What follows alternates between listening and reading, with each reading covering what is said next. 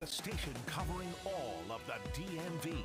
This is DC News Now. Coming up, we are tracking the heat and humidity across the DMV. Our weather team is tracking near 106 to 110 feel-like temperatures across the region. How long does that last? I'll have your full forecast coming up. And with the DMV bracing for that serious heat wave, we'll tell you how the hot weather affects your health and what you need to know before stepping outside. And a murder suspect wanted by the FBI has his first day in court after spending more than a decade on the run. The latest from a Montgomery County courthouse. And a Maryland smoothie shop gets broken into, but instead of getting down in the dumps, the owner's takeaway is this. It was a beautiful representation of what Prince George's County is. Yeah, he even goes as far to say he's grateful. See how the community has been rallying around him. All right, and get ready for some serious summer weather. The next 3 days will be the hottest of this year. Good evening, and thank you so much for joining us tonight. I'm Tasmin Mahfouz. Hi, everybody. I'm Chris Flanagan. The highs for the next 3 days could be near triple digits. And the heat isn't the only weather threat headed our way. Chief Meteorologist Janessa Webb is here. Yeah, and Janessa, storms are also brewing. Yeah, unfortunately, with all this warm air that's going to be tracking into our region, man, we're going to see some cells start to bubble up tomorrow due to a cold front that is sweeping across much of the country. Right now, live look, it's a beautiful night out there. Our city looks gorgeous under partly cloudy conditions. The winds, though, they are starting to pick up out of the south and west, and that's going to allow the energy and the warmth to make its way across our region here as we go into your Thursday. Temperatures right now, folks, this is soon to be a distant memory. The upper 70s to lower 80s. This will be our overnight lows here going into tomorrow, Friday and Saturday. This is where we should be for daytime highs for this time of year. And so we're going to surge up nearly 15 to 20 degrees above average. Hey, this actually just coming in.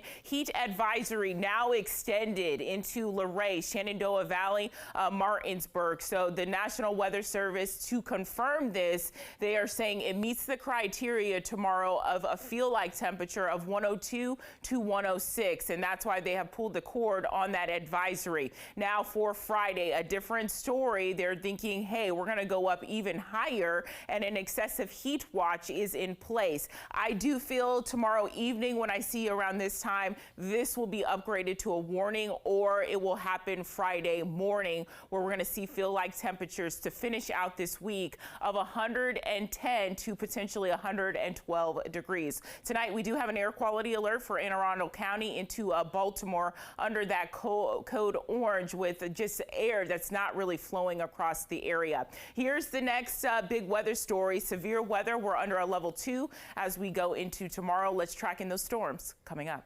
Janessa, thank you. And with those extreme temperatures, health experts are warning people about the dangers of heat-related illnesses. Yeah, that includes heat exhaustion and heat stroke. Reporter Marielle Carbone live tonight for us at the National Mall. Yeah, Marielle, health experts warn overexposure to extreme heat can be deadly.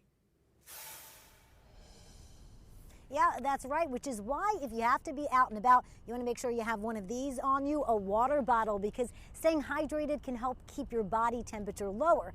Now, again, if you do have to be out over the weekend or the next few days, health experts say that it is important to know the signs and symptoms of those heat-related illnesses. I'm here to keep the people hydrated. With temperatures threatening triple digits, Rakeem Sanders has his coolers packed, ready to keep his customers and himself as cool as possible over the next few days. I drink water, I drink the Gatorade, I use this with the cold water and make sure I'm good. Cold water, just one needed resource as D.C. deals with the hot weather emergency. We're going to see temperatures that we haven't seen in recent years. District officials like Homeland Security Director Chris Rodriguez are recommending people limit time outside and know the signs of heat-related illnesses. Heat has already caused deaths across the country. According to DC's Department of Health, heat exhaustion is when the body overheats. Signs include heavy sweating, weakness and fatigue, and a fast, weak pulse. To treat it, get into an air-conditioned space, drink water, or rest in the shade. Heat stroke is when your body can't control your temperature. It can be fatal. Signs include no sweating, a high body temperature, and a strong, fast pulse. Health experts say to immediately call 911. Well, I didn't expect it to be like constantly just sweating. Jack Lindsay is in town visiting from Utah, and while he says the heat won't change his plans, he does plan to take some extra precautions. You kind of like have to deal with it, right? And just find shade, water, eat ice cream. So if you are going to be in the area of the mall the rest of this week or this weekend, you want to look for signs like this, the Beat the Heat signs.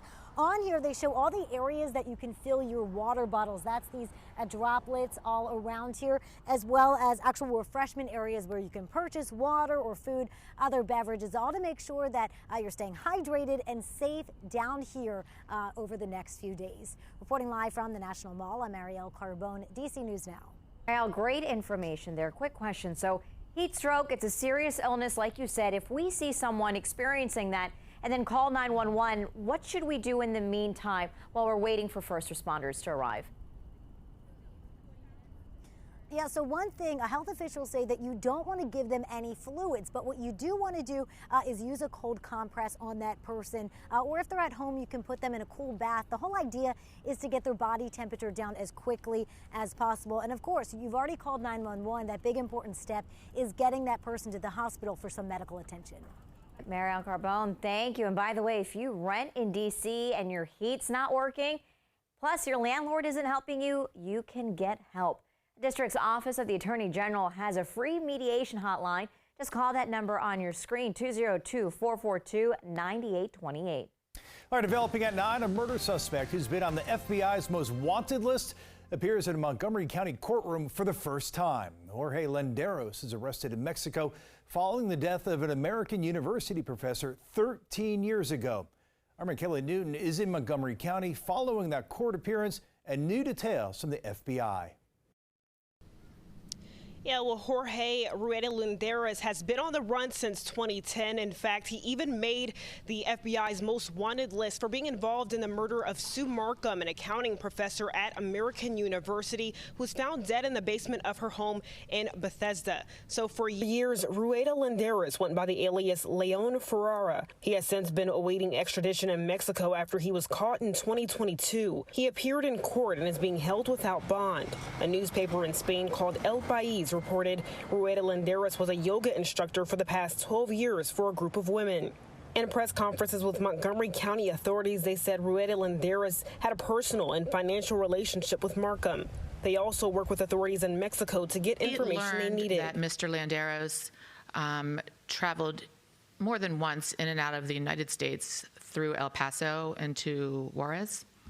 And so we made contact with a police department in El Paso, and based on information that we provided them, they were able to obtain a warrant in order to get his buccal sample and have it returned to us.